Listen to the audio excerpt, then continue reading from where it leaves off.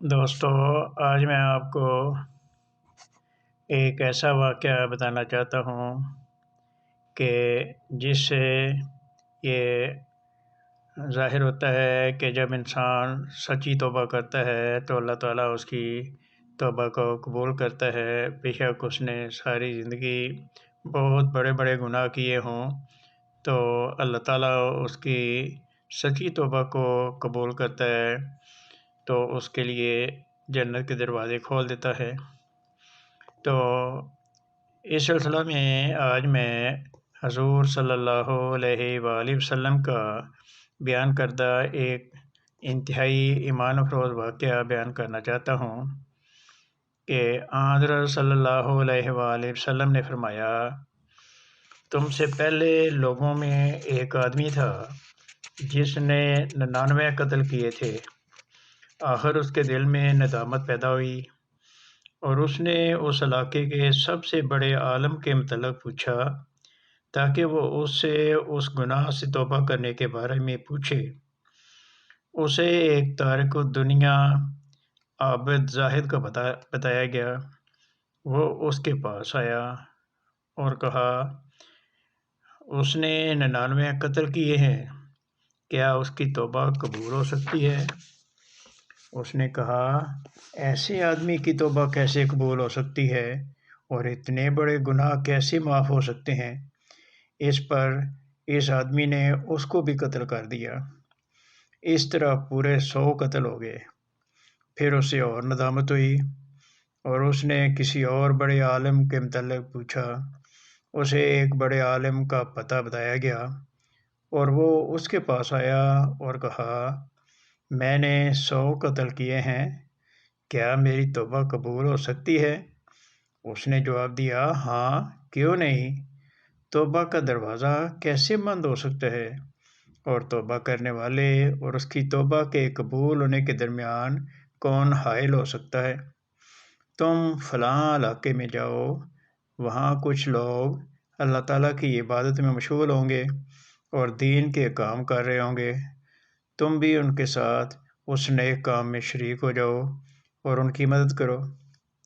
نیز اپنے اس علاقے میں واپس نہ آنا، کیونکہ یہ برا اور فتنہ خیز علاقہ ہے۔ چنانچہ وہ اس سمت میں چل پڑا، لیکن ابھی آدھا راستہ ہی طے کیا تھا کہ اسے موت نے آ لیا۔ تب اس کے بارے میں رحمت اور عذاب کے فرشتے جھگڑنے لگے۔ رحمت کے فرشتے کہتے تھے کہ اس شخص نے توبہ کر لی ہے اور اپنے دل سے اللہ تعالیٰ کی طرف متوجہ ہوا ہے، اس لیے ہم اسے جنت میں لے جائیں گے۔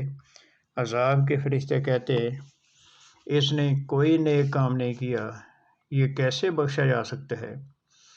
اسی اثناء میں ان کے پاس ایک فرشتہ انسانی صورت میں آیا۔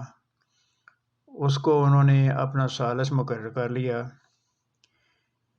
اس نے دونوں کی باتیں سن کر کہا، جس علاقے سے یہ آ رہا ہے اور جس کی طرف یہ جا رہا ہے، ان دونوں کا درمیانی فاصلہ ناپ لو۔